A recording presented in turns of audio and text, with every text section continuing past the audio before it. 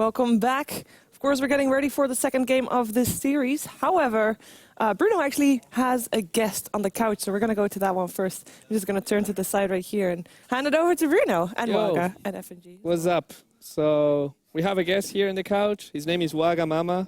I'm the guest. How's it going? So. We also have, another of the guys here.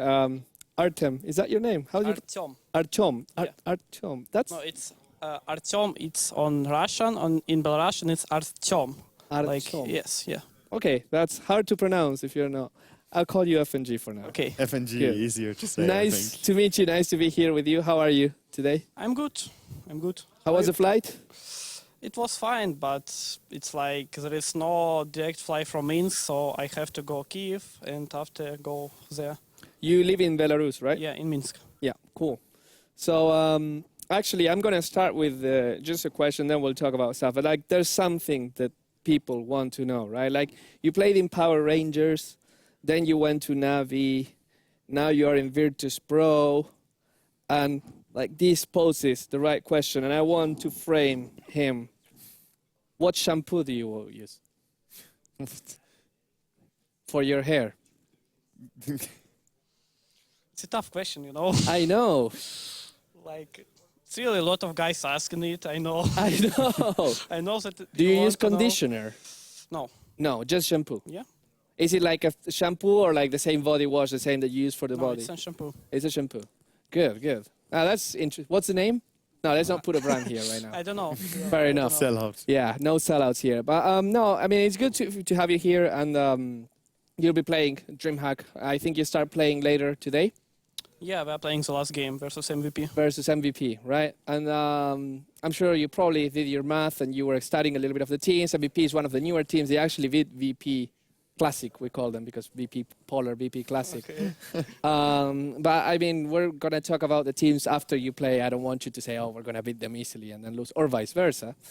But let's talk about your team. First of all, put you in the spot. Name your 4 teammates.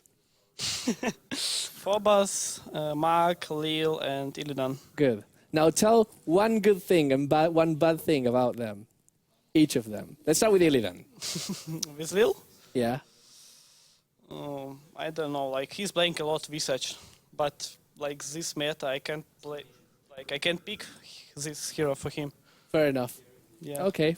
What about Phobos? He's a good guy, like tonight we played a lot of Hearthstone, so it was fun. Is he better at Dota or Hearthstone? No, I am bad at Hearthstone, like last arena was like 2, 3, fucking random. What level are you? Do you play ranked? No, I'm not playing. Okay. You need to play ranked.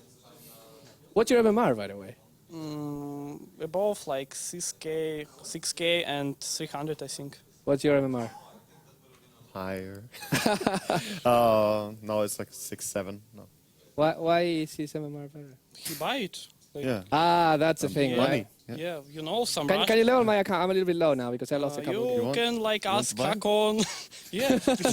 Like some Russian guy is doing easily, really. Really? Yeah, sure. Yeah. Wow. They stream it as well. Yeah, they stream. They stream it as Yeah. well. The title is MMR boosting. Yeah, yeah. $100 per. I know this. Really? Yeah, really. Wow. Per, Some of them even play in Star Series, you know. Yeah. Let's leave it at that. Fair enough. MMR boosting. Well, that's interesting. And Fix your MMR, Bruno. we can fix my MMR. That's awesome. That's great. So I know the guys are actually getting prepared into the game right now. VP versus Alliance. Now, VP won game 1. Yeah. Very convincingly. Go with your heart, not with your brain. Can they win game 2? Maybe. That's like the cop-out It's answer. 50-50, I don't know, like... It's 50? Okay, I like the answer. It's like Okay, 50-50. 50-50. Alliance, okay, fair enough. Waga? I think it's top for Alliance. I mean, they had some moments where they play good, but there was also a lot of hesitation, which is, I think, weakness you can get when you have not played together for a long time. So, I don't know. I think VP can take this. VP can take this. Okay, it was nice to have you here. We'll probably have you at some other post-game interview after you play or something like that. But for now, let's chill and watch the game. And going back to the guys in the desk. By the way, Pyrian, I want to say one more thing. I think you should learn something about levels. Because like a level 3 tide hunter cannot No ravage. ravage. What's he talking It was about? kind of 5 minutes in. When the Tidehunter went mid, But right? I thought, like, how is he only level 3? That was all I thought. Because he was 5 minutes into the game. He could have been level 6. Easily. I would have been level comments. 6. Back to Yeah. you guys. Ted would have been level 6. Hell yeah. Yeah. What a So player. we're going to have a bit of predictions again. We had first game won by Alliance, or rather by virtus.pro, and you said that Alliance would win both games. Why are you going to bring that up? Because you can now have the chance to redeem yourself, like who's going to win this game? Well, Alliance. Alliance, okay. Gonna stick with VP2-0. You both had VP2-0. No, you No, had 1-1. I said 1-1. 1-1, yeah. But I also said that Alliance were going to win the first game, not the second game. True. So it's basically like, if you ask my opinion, I I'm am going to be asking wrong. your opinion. I still think it's going to be 1-1, Okay. but I'm going to be wrong. I was right the first time. I said MVP 2-0. Why do And you I think was you're right. going to be wrong? Because I've been wrong about every other prediction today. So basically, whatever you decide or whatever you choose, people should bet against what you think Yes. and earn If you real value rares. Yeah, your rares. Nice. Don't Yes. bet what I bet. It's bad. Oh, Okay. shoot. I could be earning some rares too. Okay, so Unbelievable. we're actually going to go into the draft of the second match. It is game 2 of the 2-game series. Last game for Alliance to try and get a win in against virtus.pro. Into the draft we go. All right, so I would actually say that the betting odds are pretty good, right? 43-57, that's not too bad. You know, whenever I see like an 80-20 on Dota 2 Lounge or wherever other betting sites you might use, Smooth. it's just like, You gonna bet on the 20? no, a team never really have 20%. Yeah, I mean, it's really hard to just quantify it as a number. Just Yeah. say, like, oh, yeah, this team has, like, 1% chance of winning. And, I mean, that's in extreme cases. But moving into the next game, the VP actually going to get their hands on Death Prophet for the Again. second game in a row. Yeah. But it's So- like you said, it's not the DP Yeah. in that last game. I at think it least. was the bat. Yeah. My question is, do Alliance actually pick the bat for themselves now? Or do they pick a hero that just deals well with bat in, like, letting VP get it 2 times in a row if they want to take it, and just pick stuff here that, like, deters you away, like Vengeful Spirit, or honestly, like, even Rubik is okay, but I think Rubik is pretty mediocre against Death Prophet in general. So, we'll see. I actually like Nyx quite a bit against bet. The problem with Nyx is, like, laning a Nyx is actually kind of a pain. You want to put him in a position where he's actually going to get, like, level 6 relatively fast. And a quick blink. Yeah, and actually farm as well. Yeah. So I don't even know, like, how Nyx fits into teams right now. Actually, how is Nyx against DP mid? I don't think I've ever seen that matchup. I think it's pretty easy, actually, even though it's For Nyx, melee right? versus range. Yeah, like you go PMS, you have decent regen, Yeah. and then, you know, you could spike very easily against... There's the Batman. Yeah. I think the Nyx actually matches up okay, but it's rune control that's the problem, because you're going to get Sure. the wave shoved into your face, like, 24/7. And even if you mana burn, like, it's not going to be enough to really bring the Death Prophet totally out of mana. And you have to assume, like, the other team's going to get at least 1 rune, Yeah. right? So, I will just say in that last game, the first 3 heroes that VP picked were int heroes. And I Yeah. think if they hadn't picked Tide, they could have taken a Nyx and maybe put him in the off lane for that game. But they'd already picked the Tide at that point, which is what comes back to when we were talking about, do you just want to pick your supports and people like Tidehunter super early? Because that does then make you go, oh, we could have picked, but now it doesn't fit into the lineup and stuff. well, I think the Tidehunter was pretty good because in that game, they already had a Bat Rider on Yeah. VP. And there was, like, one of those situations where they had in mind picking Void last, like, for a really long time. Yeah. And it was kind of apparent that that's the path that they were going to go. So with that in mind, it's like you want to give more high priority targets to the Bat Rider to make sure that he can potentially be indecisive or makes the wrong choice, and then you get a good counter initiation off. So I think Tidehunter is good in that sense. But I think kind of what Lumi was saying is you are just a nuisance to the Bat Rider and nothing else. Like, that's pretty much your job, is to be annoying to him. And VP actually going to be taking the Tidehunter this game, whereas Alliance had it in game number 1. Yeah. And in terms of how it serves their role, like last game we saw VP Bat zone out those important targets, get a kill very quickly on a team. This one for Tidehunter is more of like a defensive posture, right? When DP walks over the hill and starts sieging tower and you go on her, Tide's going to come get you with a 3-4-man Ravage. That's assuming that, you know, VP's going to get ahead. That's optimism, right? Yeah, yeah, Like, yeah. assuming you hit that big of a Ravage.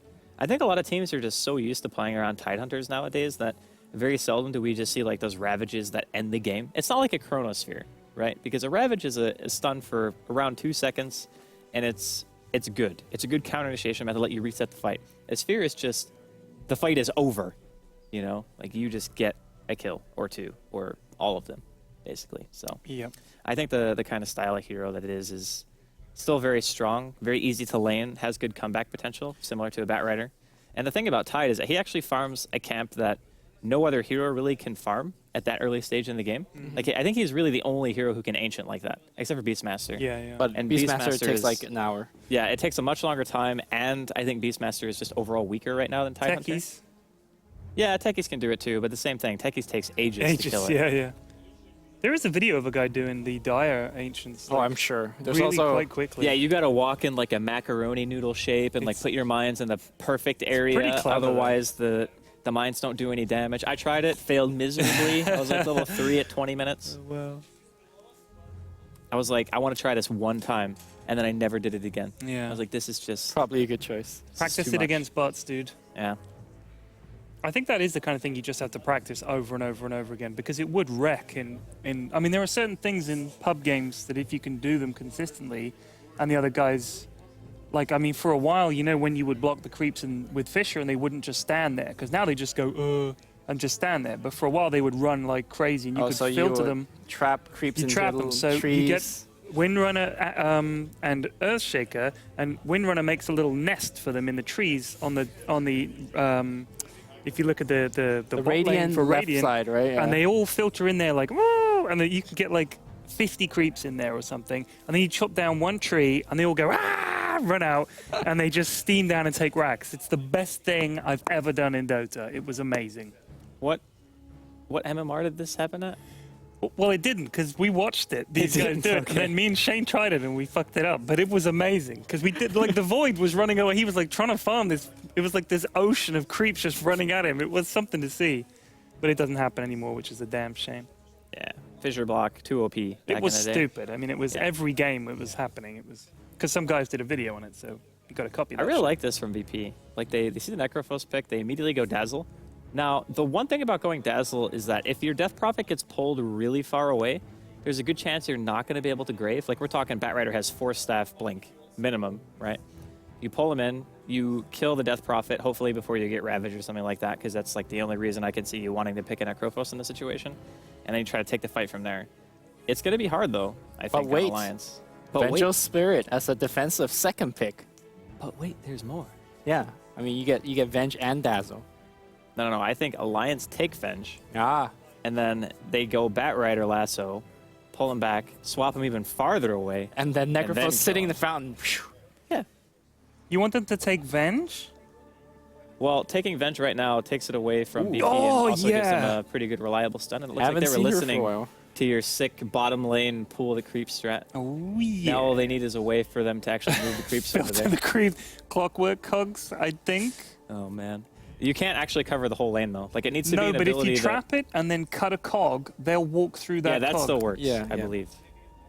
The thing is, it's very hard to actually get all 4. Yeah. Like you can usually get all 3 melee creeps pretty easy, but the range creep is the one that usually doesn't work. Three's good properly. enough. Three's good enough. 3 will do. Yeah. Yeah, but then they're going to Slowly. see like just a range creep walking down the lane. They're going to be like, They might get suspicious. I think they'll get suspicious if they don't see 4 creeps as well. Yeah. yeah, and there's no Lich on the team. Okay. Exactly. Wait a minute. They're picking heroes I play. What the hell? So You should show them another a thing or really two, good, coach. It's another good counter-initiating hero. They should pick PL. That's PL basically what Dazzle. VP are picking. And they see Wind Ranger, Ogre. If the Wind Ranger is being played as support, which I guess it could be mid still, it's one of those heroes that doesn't really roam. And if it is a support, it's not a great roamer, right? Like in both cases, it's pretty lackluster with an Ogre Magi. So it means we can pick a really greedy support and just Sand King, sandstorm up the woods, try to get an early blink, influence the game that way. Because a quick blink on a Sand King makes Necrophos life just awful.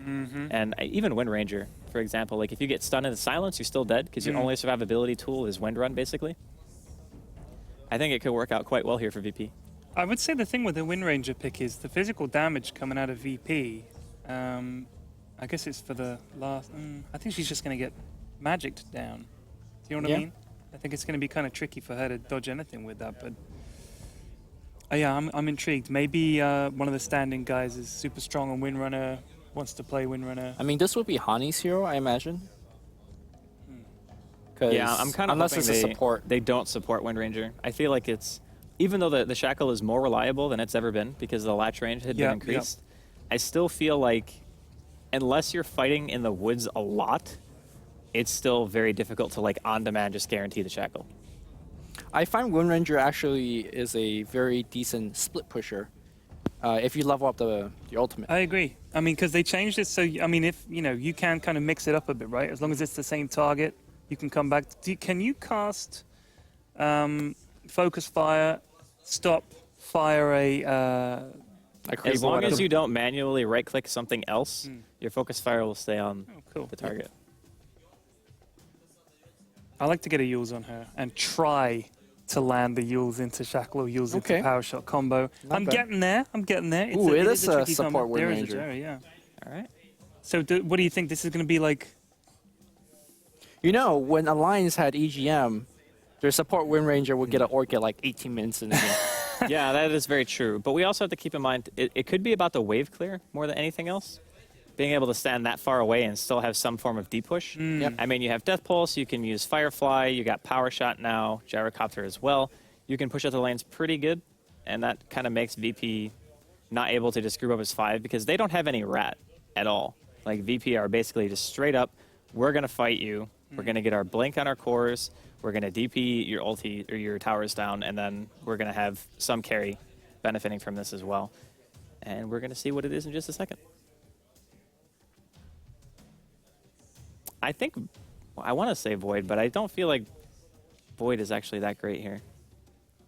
It combos very nicely with your DP ult. I think it and works Sanking well ult. with Epi. Yeah, it works well with the DP. I think Void would work pretty well.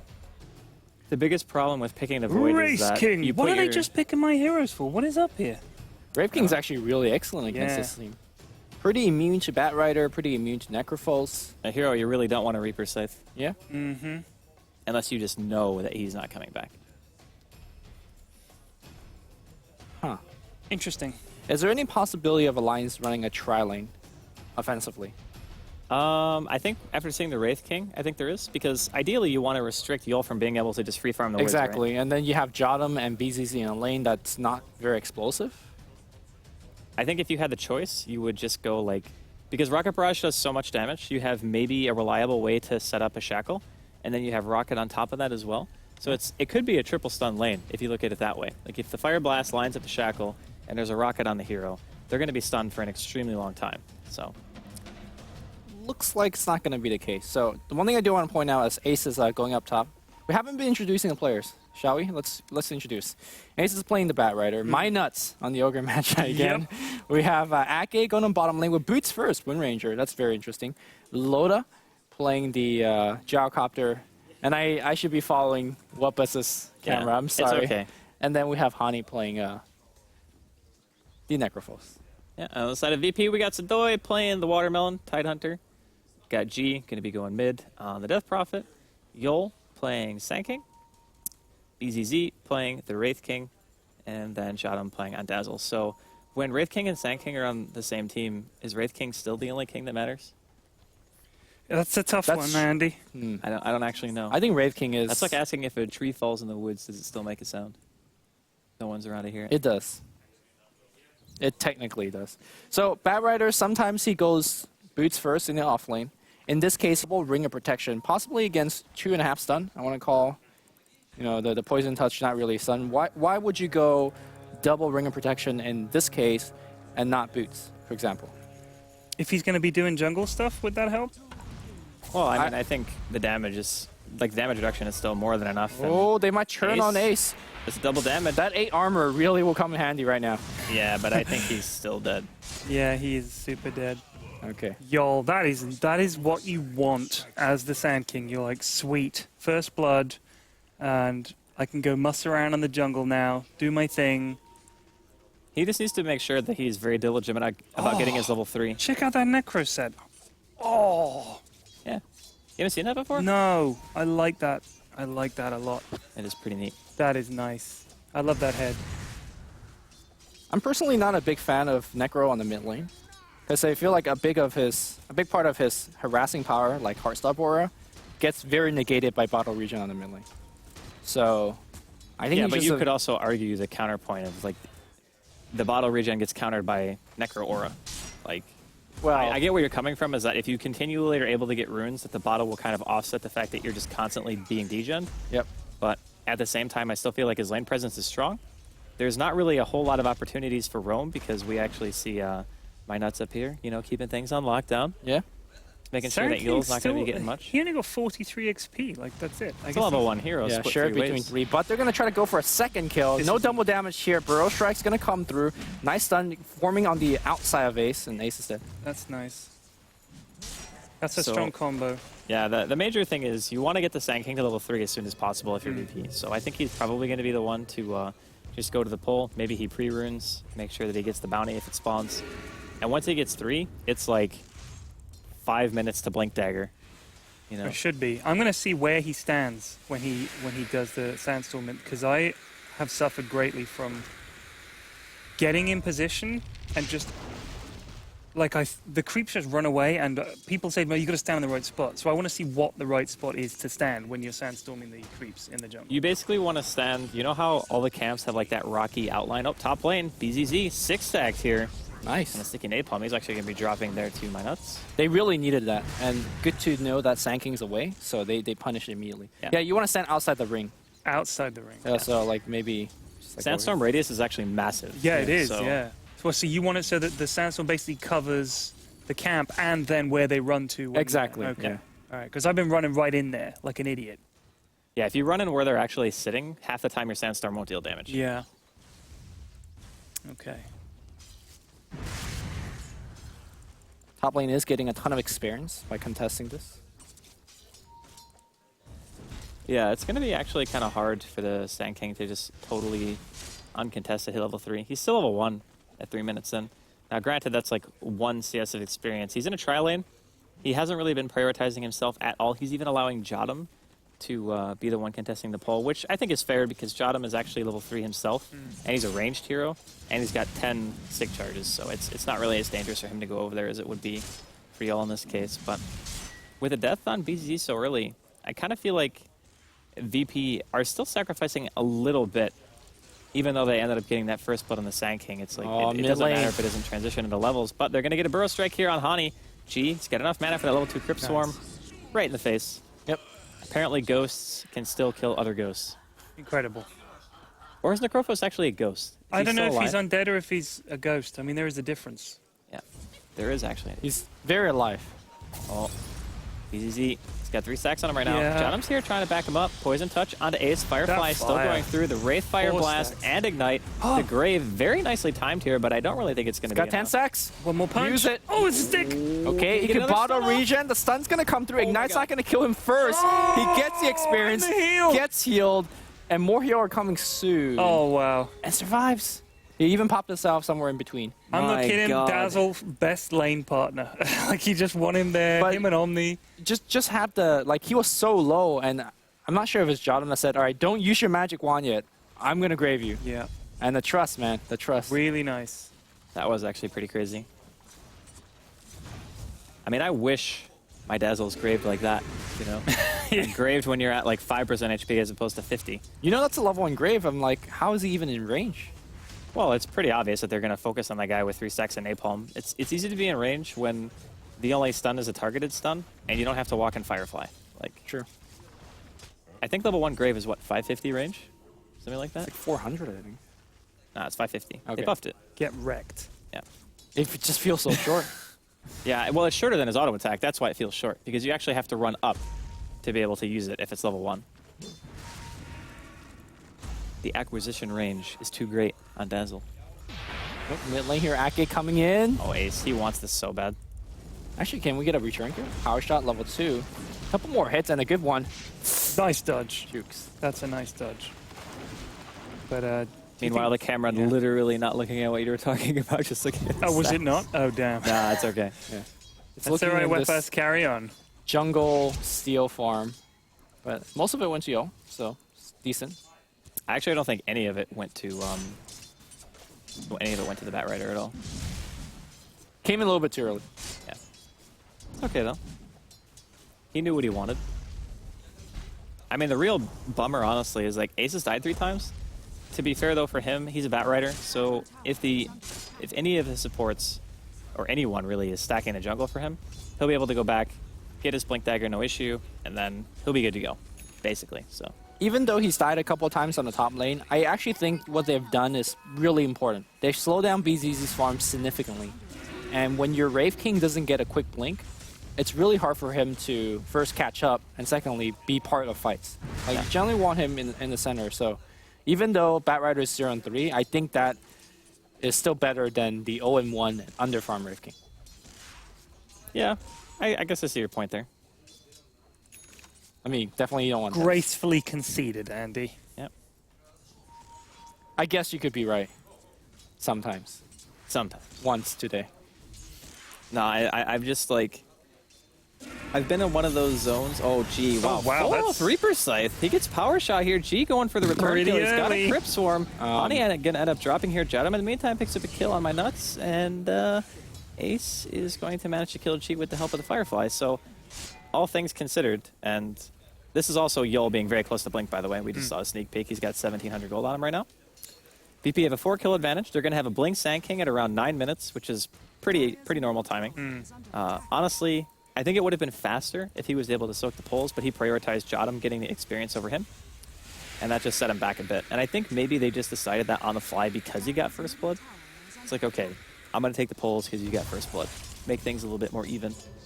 But yeah, game's going to be on Yul here soon. And he's already been involved in more than half of his team's kills. Jadam, not enough mana for a poison touch here. Can you imagine trying to make that case in a pub game? Well, I got first blood, so you can have the pull. Yeah, I think that would be the most noble gesture in gaming history. I had a really nice team like the other day. Was that when you were screaming, "I need help"? No, that was sub day. That's every sub day. That'll happen, right? That's like you have to micromanage and remind people that you're on the team. It's like, please stop farming the woods. Help me, I'm dying. I play sub in houses when I play sub. I mean, it's like I tend to just play with viewers and stuff, and I did it's that. a real pop luck kind of thing. Sometimes we'll just click and it'll be awesome, and sometimes it's just the worst game. The worst game. If you do sub games, at least for me, it turns into 5 versus 5 mid at like 3 minutes. So that's why I stopped doing it. Yeah. If I want to play all mid, I'll play all mid. My nut's in some trouble though. Gonna stun out onto BZZ. He's actually running into the tower here. He's quite durable. Yeah, He's fine. very strong. Jeez. I think 8 that's armor. one of the biggest things about Ogre McGee. I mean, he is great, but you know, he's got great spells, but he's also really hard to kill. Yeah. I mean, Crystal Maiden, for instance, would have got exploded there. Yeah, that's very true. And the thing is, Ignite range is actually insane. Yeah. Like, you can Ignite from about Frost Nova range, or Ice Nova, if we're talking, like, directly comparing heroes or something like that. So Doi, gonna be eating a full Rocket Barrage here Yeah. in bottom lane. He's got mana, so they got to play this cautious.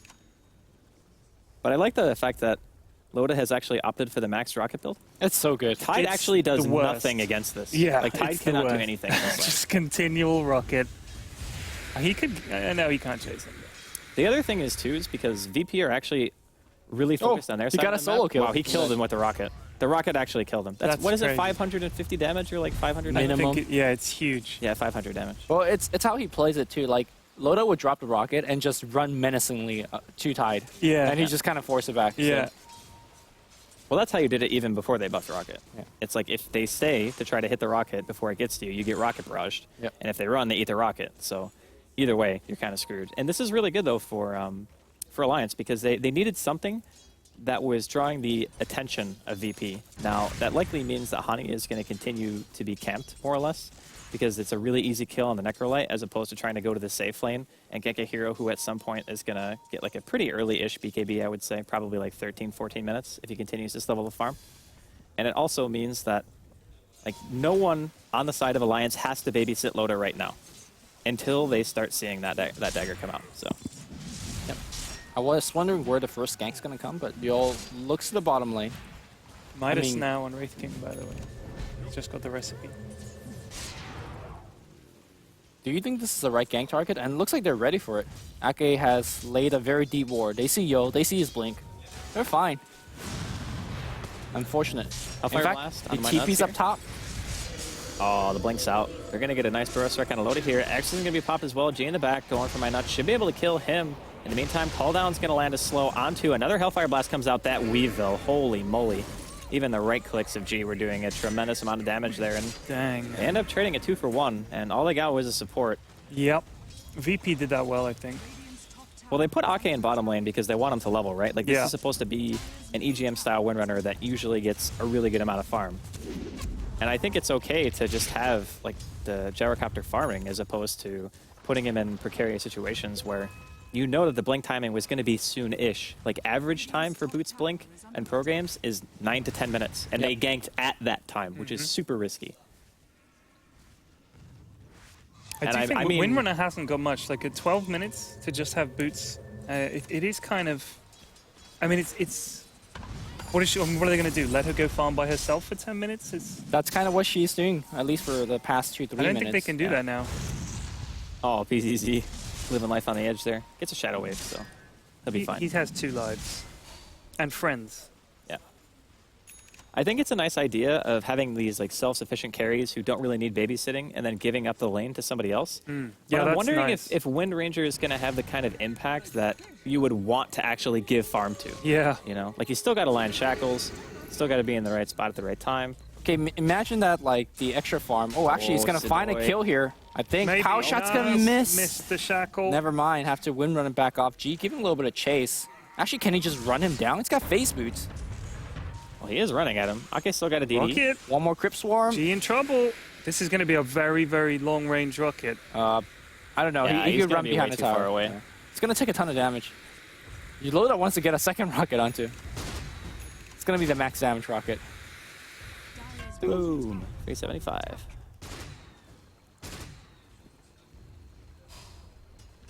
The ancients, the stacked ones.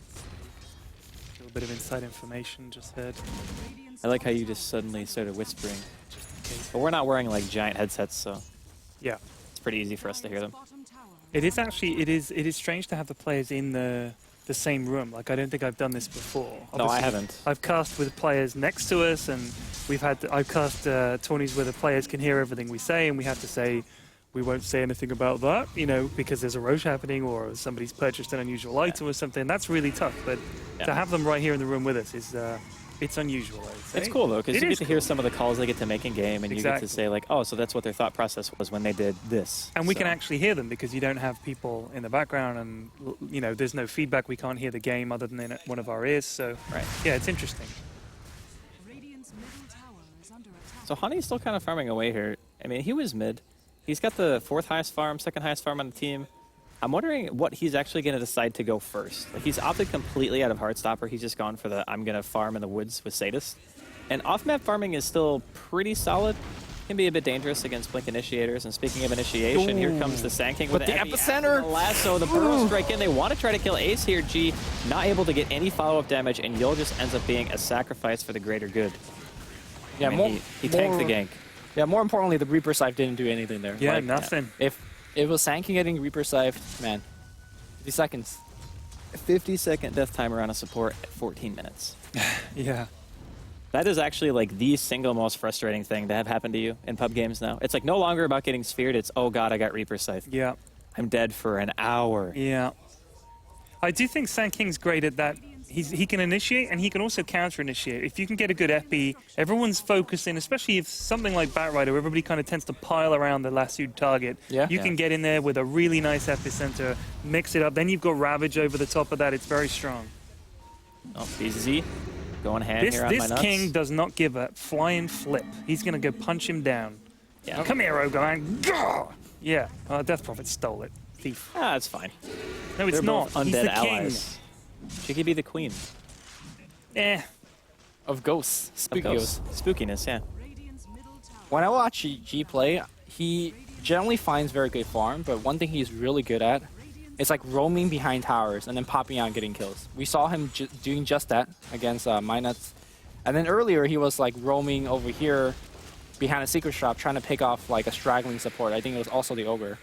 So I don't know how he does it in terms of, and earlier, remember in the jungle, down the river, picked up the Wind Ranger, or trying to. So Yeah. he's really effective at like just roaming around and farming really well. To Well, get now these look kills. how quick he is. Yeah. So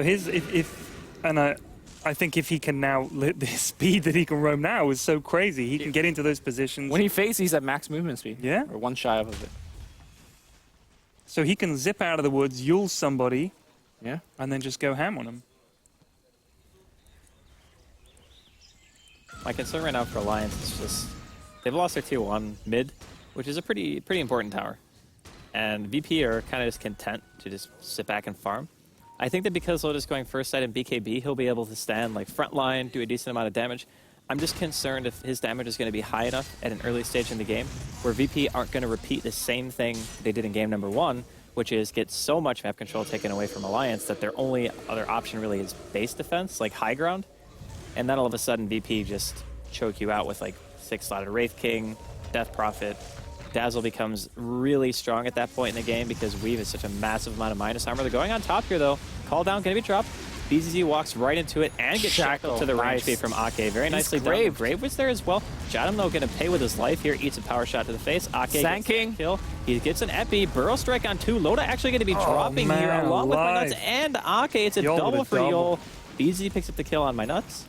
Now, Yol, 2 stacks of sticky napalm. He's got another blink and a burrow, but I think he's a little bit too far away. Nope, he actually decides to go in. G's behind the tower. I don't know if he knew that tower was still up.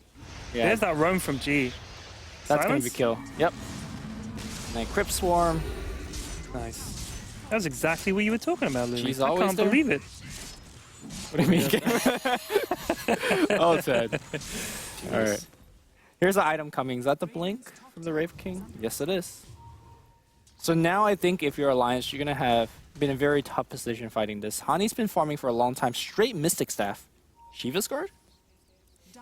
I don't think Shiva's really gives you much here. I mean, really, what do you need armor for? Chase him down. You're gonna get a Hellfire Blast to the face. It's more like He's tanking up though a little bit, I guess. I think it's more for like if you ever survive just a pure chain stun, you could basically walk out of there.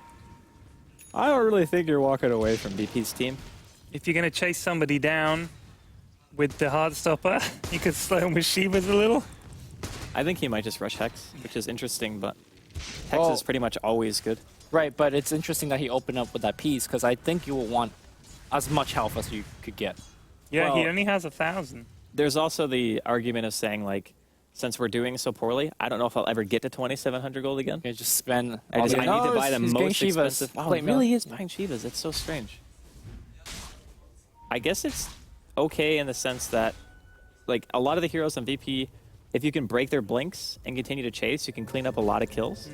And maybe he's banking on the fact that the Shiva's bonus damage with Reaper Scythe is also going to be strong. Top lane, going to see a gush into a stun here on the Ogre, and he's going to try to TP away. Brave. Not gonna. But I would say brave. optimistic. By the way, if you're ever playing Necrophos with treads, do tread toggle like Hani. Use Death Pulse on int, and when you're regenerating status, put on strength for agility. Nice. It's just like he's constantly it's full fun mana. regen, so it's still full really mana. nice to do. I don't think it's 100% necessary, but it's still a good habit. Yeah. Like, I'm not going to knock somebody for having good mechanical habits. It's still always good. He is. Oh, the Yules. And too quick. And walk. And in, straight into Burrow. I think they need to get out though here, because here comes Ace. Or maybe not. The lasso initiation is going to go right on G. They just don't have any burst trying to drag him on the high ground. In fact, it's going to be G chasing. Does he want to come with Exorcism? No, they'll back off. Actually, with lasso down, you get Roche, yeah. Yeah. Pop the ult. You got Epicenter, I think, is up on Sand King. Yep. And I get Ravage as You well. got Ravage too. Would you ever go into this fight in a million billion years? I don't think so. Pretty much not, yeah. Everyone on the side of Alliance. No, just so said, Doi "We're has out." been fairly silent this game on his Tidehunter, but he didn't really need to do much. Oh, this is nice. So, I guess if you think they might contest it, you come around the back, and if you find someone who's thinking, oh, I'll go farm while they're doing that, you might catch them out. I wonder if they can here. If they can get Hani here, that would be pretty Hani big. doesn't have a lot of health. Yeah, random Sandstorm there. Ravage is going to come down. They definitely get Hani. The question is how much more they're going to get. They're going to drop Reaper Scythe not much damage. Sadoi's going to get bursted down. Yo, a lot of trouble. BKB protecting Loda for a little bit more. Jotham's going to pop a grave on Yo. Burrow Strike to the right side. Here comes BZZ. He's initiating on My Nuts. My Nuts taking a couple crits. And, well, not really doing too Coming much. around the back, though. Where is G? G needs to be here. G's here. Got the Yules. Yep. Picks one up in the air. And that should be probably the kill that they're She getting. got the win run off. I think. Maybe Wow, the not. crits. I guess not. Spanked by Wraith King. That's a pretty costly fight for Alliance because they pop a 10-second BKB. And they only got a tie out of it. And they're probably not going to be able to defend a tier 2. Yeah, I think, well, Yule's here onto an illusion. They'll find that out pretty soon. But the Alliance right now, like, they're in this position where if they make it to the late game, they might have a pretty good chance. Ace is going to find Yule sandstorming next to the tower here. Should be dead. Oh 4 my steps away to good grave. God. Oh man, if they don't kill him, that would be absolutely horrible. He lives. He's a liver. Wow. That's crazy. I was going to say, that would have been a little bit of like a gimme and something that's very necessary for them at this point because they need levels and gold on pretty much every one of their heroes. Like, Ogre and Wind Ranger are the 2 like bottom net worth heroes, right? And the majority of the net worth on the side of VP are exactly on the heroes that you wanted on, the Wraith King and the Death Prophet. So both of them, like G with a BKB now, Blink, Midas, and more on BZZ. So would you say the turning point of the entire game so far was earlier when the lasso was used and the Roshan pit came? Or do you feel like Alliance has already been falling somewhat behind? I feel like Alliance were going into this game knowing they were going to make the sacrifice of y'all having a very easy game. Like, they saw the Sand King, and the Sand King was picked into a team where they had already seen an Ogre Magi, but they hadn't seen a secondary support, I don't believe, because Wind Ranger was picked 4th, right? Yes. So in that sense, I think that VP just had a little bit of a better plan as to what their supports could accomplish, because having Blink Burrow Strike, Blink Ravage, Blink Wraith King, like triple Blink against the Batrider, it is still extremely scary to try to initiate with that combo. And I do like the fact that Alliance took the Batrider away from VP because they used it well, but Alliance can't maintain any semblance of vision, nor are they trying to fight anything right now because they know that Gyrocopter needs more farm. And unfortunately, I don't think, like last game, they could really burst down G at this point. Got BKB first instead of the Heart first. Ravage gets nothing. Wow. The blink got cancelled, I think. Well, but, you know, Loda's really, really low. BZ stand front line. That's a 2-man shackle. But again, do you want to go on BZZ on the front? The Grave's going to come out here. They're going to pull G back. That's a Reaper Scythe target, but unfortunately, Hani cannot get it off. Hani getting bursted down by Yo. My goodness, this Sand King has been using so much work. BZZ blinks back in. He wants Ace. Another 2-man shackle. Really, really good defensive capability from Alliance, but it's just not enough damage output from the rest of the team. They chase everybody away. That's a multicast on Jotum. Jotum probably going to get baked off, and they defend their racks. Wow. Did anybody buy back? It's 4-step forward. Sidori's got a blink. All right. Should be the end, I think.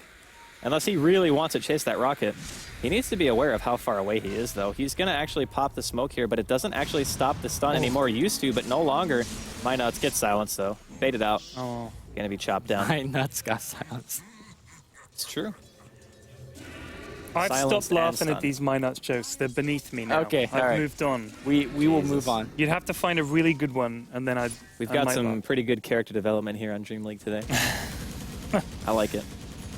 10 out of 10. It feels like all of these games, all being 2 of them, Alliance is always very close of making a comeback. And I think this might be just a game. I think this one was not 100% of a draft issue, but it was definitely something that I think may have put them at an innate disadvantage. Like, you have a Wind Raider support and an Ogre. Yep. Like, what is that supposed to gank for? Like, what does it accomplish in the early game? You're supposed to maybe kill the DP. We saw last game that can actually happen. There was an Invisor and an Ogre who ended up getting a kill on the DP. But you were ganking for, I think, an Invoker that game. Yep. And that's a much easier hero to kill for. Necro has no disable. So maybe the Necro going mid was something that they decided kind of last second. Well, he does. I mean, with his ult. But Well, he can, but it's like you have to basically go in, you have to smoke, and you have to go for like the mass stun into Reaper Scythe to get the kill. And then once that's done, it's like, okay, you don't have any follow-up gank. Like, you're relying on the Reaper Scythe ulti to get a kill. I do think that whole fight would have gone differently if the Ravage had gone off. Rather Oh, than yeah. because his If it blink hit was Loda cancelled. before his Yeah. BKB, yeah. I mean, that could probably just be GG if the Ravage hit like at least 2-3.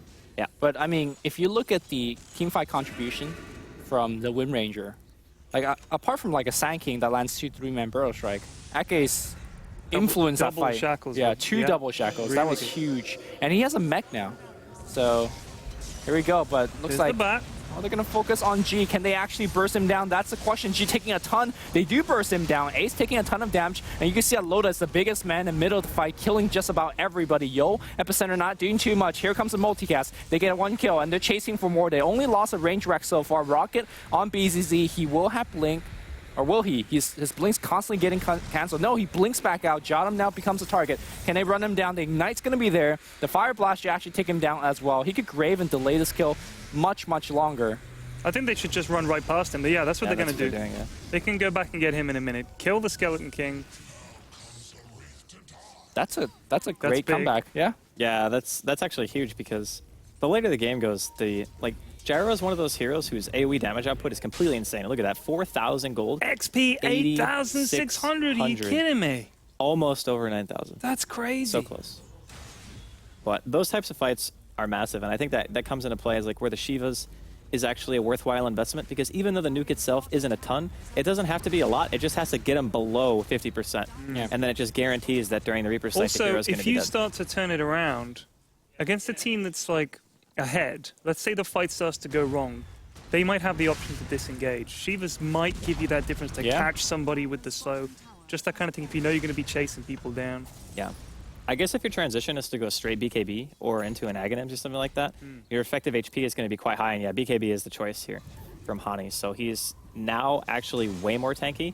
It's one thing to have a Shivas when you have 1,000 HP against a team with an Epicenter and a Ravage and all sorts of things like that. But once you have a BKB to partner with, suddenly the item progression starts to be a lot better. So for Hani now, like that last team fight, pretty much giving him, I would say, darn near half of a BKB. But this Wraith King, man, he's starting to do the punching. Look at this. Yeah. Got that Mjolnir, Blink Mjolnir. This is my kind of build, baby. Is he doing damage quickly enough, though, it feels like? Because this team just basically goes in and commit because they have to. The Bat Rider is going to find one. Yeah. And I don't think he could punch people fast enough Who, before he Wraith team dies. King? Yeah, the Wraith King. If he could stick on a target and just punch non-stop, yes. Yeah. I mean, the thing is, you've got the Ravage, you've got the Epi, and if he can get shallow graves or whatever, you know, he can do enough. I do think he can do enough to make a big old difference in the fight. You know he's going to come back, too. Yeah. Yeah, I don't think his influence is something that I would really question. Like, if the fight goes well and you get a good weave, your auto attacks, like, I mean, main thing he's there for is the stun, absorbing damage, having things like Blade Mail or Mjolnir. He opted to go for the Mjolnir path. Makes it so when the other team focuses you, you actually just deal damage to them. Yeah. So it's not necessarily about how hard the Wraith King hits, it's how much damage does he absorb. Does he do enough damage to get the kill at this stage? I would say yes. Okay, I guess my point is more of the fight is not dictated by BZZ. It's a Bat Rider initiation on Alliance, and then it's VP getting a Ravage or Epicenter off. So, I mean, BZZ just need to be there and punching. He's not going to be there to initiate, right? I guess he can. Well, he can initiate because he has a Sand King and a Tidehunter to back him up. Yeah, You don't want to have to be a Sand King going into a team that has Death Pulse, which hits Sandstorm, Ashivas that also hits Sandstorm. Then you have Firefly as well, Power Shots, Call Down. There's actually a lot on the side of Alliance that can just straight up punish y'all. So I don't think he can actually go in unless he's getting an Epi off. There are some cases where you're going for like a pick off and you know it's just one hero, then it's fine. But if you're just waiting for a head-on engagement, I think, honestly, BZZ initiating, if he can, might be the best choice. Yeah, he's going to get a free tower now. Very close to that BKB, and I imagine with the BKB, they're going to take a crack at the base again. How much does the BKB change on Wraith King? And it feels like a lot of times you just want to face tank all those nukes, but you want to keep on punching, I guess. Yeah, I think the damage output for him is actually a little bit necessary right now. They're maybe a tiny bit too reliant on Exorcism and the Sand King ulti for damage dealing purposes, and they want to be sure that BZZ has full damage uptime. Like if there's a good Ravage or if there's a good Burrow, like he needs to be hitting stuff. Yeah, they're going to try to take the stack. This could be a big win. I think as long as you build the right kind of team around him, that him dying, like let's say he goes in first and dies, and you know he's coming back, as long as he's got follow-up like the Exorcism and the Death Prophet, so then they have someone else to focus. Ravage, Epicenter, and Burrow Strike and stuff, not to mention Shallow Grave. I think he's, like Andy said, he's better off getting damage, just punch, punch, punch. He regens a lot of health that way anyway. Uh-oh. Oh, man. G gets found. The question is, can they Reaper Scythe him? They do. They don't get the kill off of it, though. Hani pops a BKB, pops a Shiva. BZZ dead for the first time. Wow. Do they want to get a little bit greedy and go from the second time? BZZ's giving chase. Force Staff brings the Ogre back out. Force Staff Burrow Strike coming out from Akgate, but they can't engage. Looks like they bait out the ultimate. Buyback coming out from Death Prophet as well. They really need to get something big out of this. They pick off the Ogre. Is Roshan back? Yes. I guess you just take Aegis for free, right? You don't even need Exorcism. He bought back for Roshan. He has Exorcism up still. I don't think you need to use it. They didn't use Tide Ravage or Epicenter, so the buyback is definitely worth it. Even being down one hero, like Alliance used everything there. Lasso, Call Down. I mean, Call Down is not a huge ulti, but it's definitely something, and then Reaper Scythe as well. So they don't have any tools at their disposal, and one of the biggest cores on VP, if not the biggest, is alive. So definitely a worthwhile buyback because they want to go high ground. Like, this is the point in the game where I feel like VP, if they get like one good fight, it's easy racks, maybe two. So I guess if you're virtus.pro, you push down mid, get the tier 2, and have that open into bottom tower for you? Is that how you push? If you go for the tier 2 first, it's a safe option. Like, I don't think Alliance would even try to defend a tier 2 at this point. Yeah, I think you get it for free. Yeah, if they sacrifice it, then you obviously always go for the cleanup first. There's no reason to put yourself in harm's way and then have that tower up later when you're trying to push in lanes, because that's actually super annoying heading tier 2. If you're Batrider here, you want to grab the right person, right? Are you grabbing G and hoping you can just do enough to get rid of him in a Twice? Aegis aside. Well, the thing is, if Exorcism is used and then it goes down, I still think it's worth lassoing. Because if you get the kill and the Exorcism damage is down, if he revives, I mean, he doesn't even have a Shivas. He's just got tank items, basically. So I don't think he would be that big of a threat. But here we go. Lasso. It's going to be on G. He has not popped his ulti yet. Ravage going to hit on 3 here on the side of Alliance, and they're going to be dropping here quite quickly. Hani forced pop out his BKB. Grave onto G. Still alive for the time being. It's actually going to let him get into a much better position for when he actually reincarnates. The rest of his team is going to be nearby. Yul still has his ulti. Ravage was used. You know, if they kill G here, he's dead for like 2.5 minutes or something. Well, they don't have much left, right? They don't. Did Ravi call down their... Oh, Yus is going to actually disjoint 2 stun. He will no, the rocket! But there's no more racks left, so they set out what they accomplished. In fact, they're going to use the rest of the Exorcism and go mid straight up. Just like you said, Andy, next fight could be 2 racks. Yep, could be. Well, I mean, it was a good target to go on, but it was the worst time to go because you want to wait for them to fully commit to the push, and if you lasso before Exorcism and G has Aegis, then you've basically wasted your only tool for winning a fight. I mean, Batrider is supposed to be one of the de facto high ground defenders for the sole purpose of pulling heroes so far away that they can't help. And even if they do have an Aegis, things like Razor, Eye of the Storm, Exorcism, anything that persists with you for long periods of time, it doesn't work anymore. So you go in and it's like, well, he didn't use his ult at all, so when he's alive, he's gonna have it. Yeah. And then suddenly, we no longer have our train of initiation that we wanted. What's the difference maker here for Alliance? Is it just more damage on Loda? He's closing in on a butterfly. I mean, the difference maker is just, during the beginning of the game, even going back to like the laning phase, you left a Sand King totally unaddressed for pretty much the whole game. He had Blink Burrow at like level 5, 6, 7, something like that at, I want to say 11 minutes, It was maybe 11. 10. Yeah, there was 11. So that's one thing that is really hard to deal with. Like, sure, Ake has managed to recover a pretty decent amount in this farm, but he's still behind what Yul has, and he's got 4-staff mech. Now, mech and 4-staff are still very strong items, but you don't really feel the Wind Rangers having an impact, whereas a Blink Burrow Epi is still terrifying to the side of Alliance. So, well, we're going to find a lasso here. Yul getting caught out. The Reaper Scythe is there. Wow, nice Grave. He's not going to be spending extra time dead. 4-staff away. The shackle. Buddy, you got to be kidding me. Wow. Can they get more off of this? Jotham's going to get 1 stunned on. They don't have Flame Break just yet. Hani blinks in. They're going to get a secondary kill. I mean, how confident do they feel about chasing more? Yule Scepter is going to bring... But they are going to chase for him. Buyback from Sand King, buyback from Jotham. They're going to come right in. How much can they get? Ace going to get 4-staff out on one side. It looks like everybody's going to blink back out. I had a Ravage. Okay. Yep. They got Batman. I mean, here's another stun. Ogre McGee gets one off. Silence. Punched. So now, 55 seconds with no Ogre, 40 seconds with no Bat. This should be a mid-rax, right? They can definitely push down the lane. The tier 3 is still alive. They got Exorcism. And there's a decent amount of counter push. I think it could be a Rax. It's going to be kind of close, though. Question is, only one of them has buyback, and it's the Bat. Can Loda ever walk in and just use this flat cannon just for creeps? No, right? He has to just commit that for fight. Yeah, so he's not really can't defending. Flag to clear the wave. Yeah, so either is just Windrunner defending against the world, because I don't think Hani could get close enough either. Yeah, probably not at this point. Call down's going to be used. Hits on a few. Blink forward from Loda BZ. cannot... He catches Loda before BKB. He just gets God. obliterated. Buys back into the game straight away. Shackle, not going to latch. Are they actually going to be able to defend this? That's the big question. Yeah. They do have Reaper Scythe back up. They're going to go for a lasso on G. Exorcism is actually out this time. The question is, can they burst him down? They throw out a Scythe, but it's actually not going to be enough. Kills a Tide Hunter. Boy. And, I mean, this is not looking too good for Alliance. They're forced to buy back again, this time on Hani.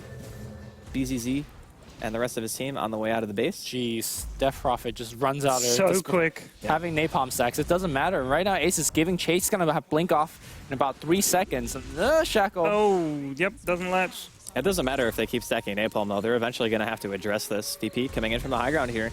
This could be the Regoose of Regooses. Ake is totally out of mana right now. 4-step forward from Mule into the Burrow Strike onto Ace. He's going to be dropping here. Chatham in the back, ready for a Grave if necessary. Hani waiting on the high ground, wants to go in with Loda. They're going to explode that Dazzle instantly. They pick off one. Reaper Scythe down for 24 seconds, and Hani's actually doing a ton of work with that Blink Dagger. Yeah.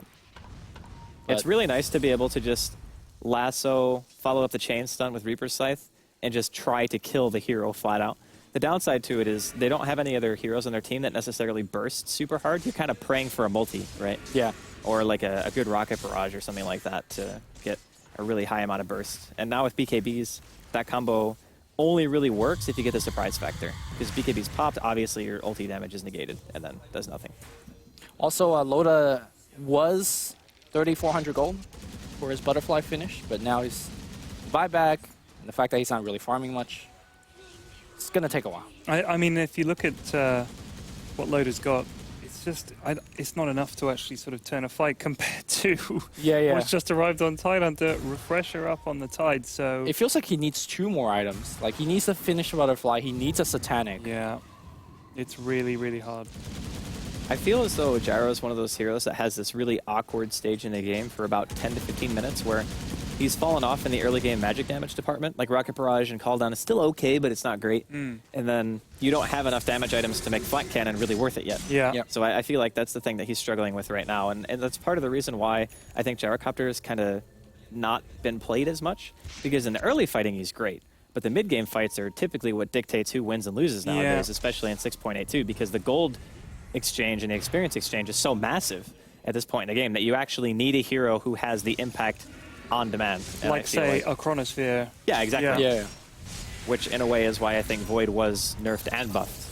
Or the ability to do, like, split pushing and stuff, but this is big. Nice Ravage. He's going to be 2 on 4 heroes right now. Already 1 dead. There's no buyback on Loda. Bought back for the last engagement. There was an ulti going to be used here on Sadoy. Tidehunter down to 4 versus 4 right now. Yo goes in for a Burrow Strike. Misses. DZZ going to be dropping here. Still has the Ankh, going to be coming back in just a second. He actually stacked those Ravages a little close together, I think. It was about Well, like better safe than the BKBs going off. Yeah. Like, that's the worst case scenario is BKB follow-up. But did they get the racks? Yep. They got 2. Well, that's... Well, they had the other one earlier, yeah. I believe. So, you know how last game you're saying Sadoy Batrider was what made the DP work? Yeah. And I don't want to take anything away from him, but I feel like when you have Exorcism on your high ground forcing you to make a play, that's where Batrider becomes easier to play. Same thing here on Sand King. Like, when you see Loda trying to come in and defend, drop a call down, or maybe use a flat cannon, easy Burrow Strike. So I actually think it's, again, don't want to take things from Sadoy, it's DP pulling a lot of weight. Because Batman going in here with all the multicasts as well, and that was easy kill. Because you need the DP in the front line to make the enemy team commit. Yeah, no, I can see where you're coming from. It's like it's very easy to telegraph where they're going to be. Yeah. Right. Like, you know where your targets are and you know what you want to get and why you want to get them, and I agree with that. But at the same time, I'm fairly certain that in these types of games, if you're playing online, right, so there's not really much of a ping discrepancy between the people in the game. It's just a matter of how fast you are. Right. Because if you go in and you get caught by a stun before you're able to force stuff away, or a Grave goes off on the hero that gets lassoed, even G just being able to reposition with his Aegis after getting Graved, like if he dies under tier 4s, maybe his team leaves him there. Sure. You know? But stuff like that really matters. So even though it is, quote-unquote, easy to go for those high-priority targets, at the same time, if you make even one simple mistake, your base defense is done. Like, that's it. Yeah. And I think Loda not being able to activate BKB twice, really good initiation and then perfect chain stun. Yeah. So, is Butterfly into Divine the only way he could come back now? Oh, it's definitely an Do they option. have time? Yeah, the thing is, if you want to do that, you have to go for Roshan. We can see the Roshan spawn timer. It's about 50 seconds away. This is going to be the make or break for Alliance. If they don't win this fight, if they don't get Roshan and transition the Gyro into a big damage item, I think the game is kind of in the bag. For I VP. think they needed the Roshan to respawn right then and there because it's so hard to push out 2 lanes at once to make that play. Yeah, even if it did spawn there, though, their damage is really lacking. Like, they actually need to win a fight in order to really do anything with it. Yeah, if you're VP, you just kind of wait to see people teleport back. You wait for the mid and bottom to push in, and you could take Roche at your leisure. The other thing is, since you have Wraith King on the side of VP, no one on your team is going to be low when you're roshing. Whereas Alliance, sure, you got Death Pulse, but that's not a super good sustain for doing Roshan. So you're going to have some heroes who are going to be missing health, and you don't have any vision or on the pit at all. You have 1 ward on the And you're high looking ground. at Epi and Ravage. Yeah. Yep. And And Weave on the pit. it's way too hard to just walk into the pit and say, we need to kill Rosh. Yeah. You want to, but in reality, you have to fight first and then Roshan after, which is going to be extremely difficult in the open field against what VP currently has. In the open field, I like that. It sounds like a tank battle. Well, it is pretty much a tank battle, except with water and giant sea monsters Nice. and ghosts. I mean, that sounds like a tank battle I would want to be in. Cool. All right, there's that Aegis. DP gets it again, and I guess the only thing that Loda could really do is just push out top, delay the push as much as you can, and he's got this butterfly now, but that means no buyback. Although I don't think buyback will change the course of the game. Not really.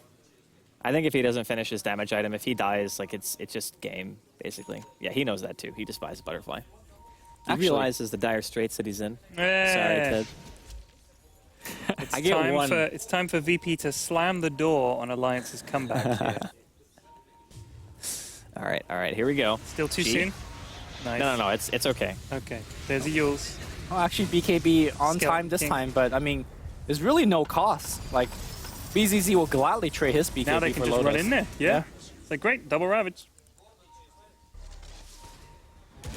How do you buy time?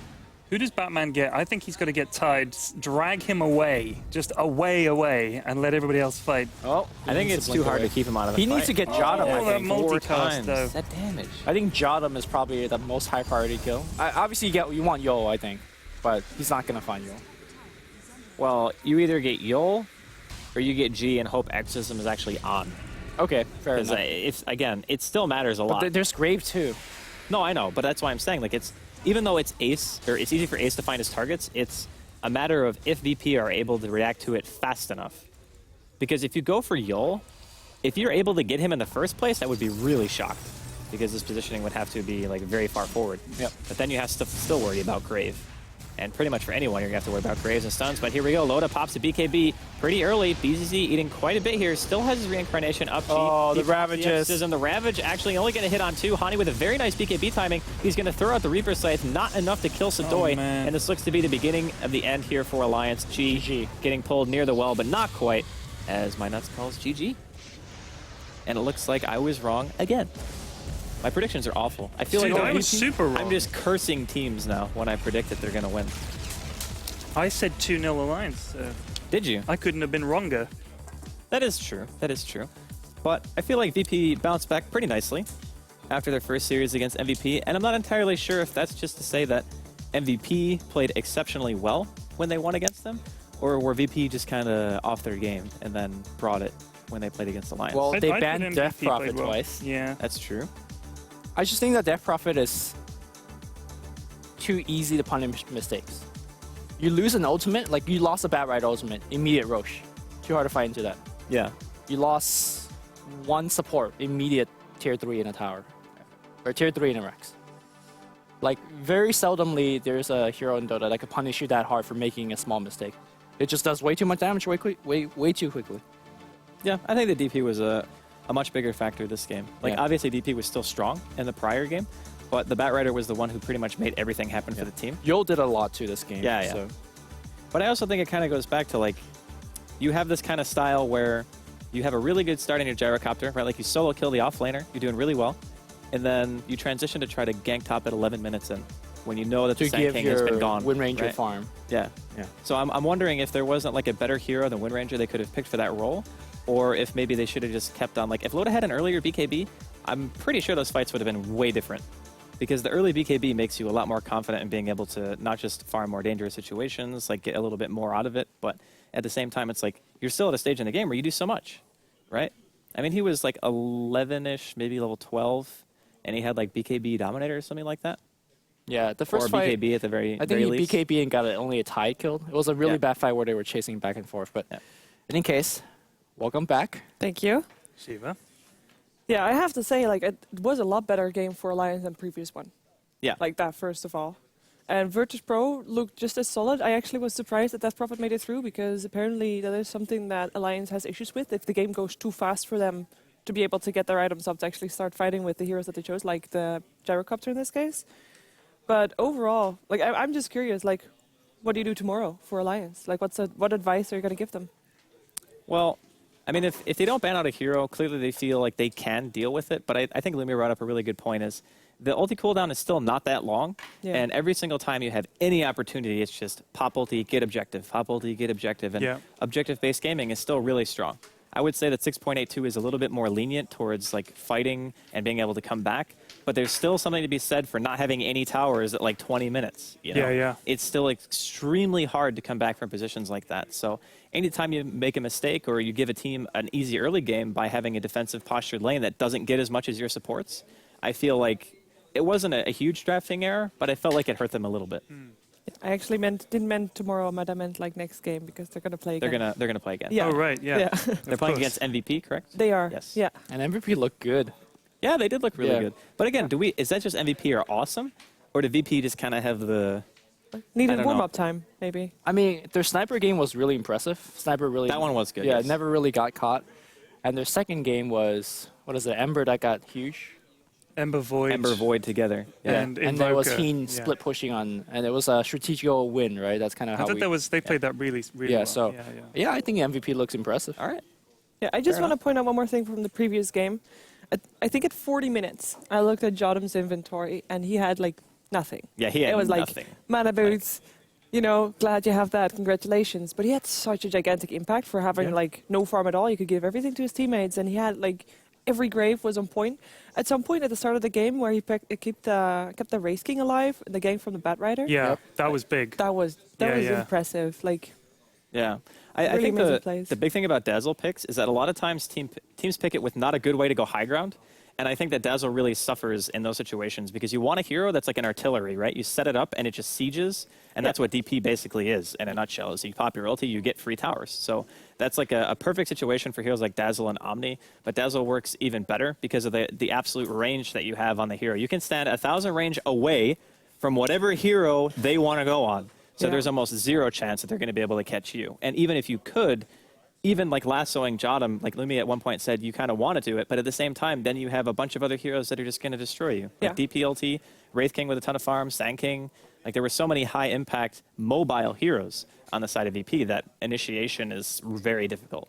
and then you kind of, if you're playing with the Wind Ranger, you kind of have to get those double shackles. Like there were Yeah. some amazing double shackles. Yeah, don't get me wrong. that was that one fight where it looked like things might turn around. It was like double shackle, 2 seconds later, double Double shackle. shackle, But yeah. other than that, I don't know. Those little moments, you can't do that every time. yeah. Yeah, I feel like some of those picks just kind of put players in a situation where they can play really well in engagements, but between the engagements is the time that matters in games like this, at least in my opinion.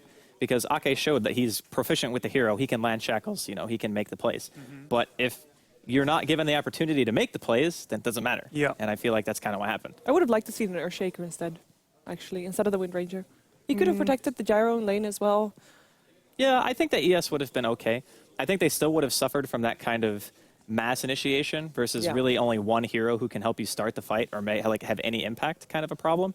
And that's another thing too that I think they were suffering from is they didn't have multiple mid-game impact heroes. They just had one. Yep. So that's also kind of a problem.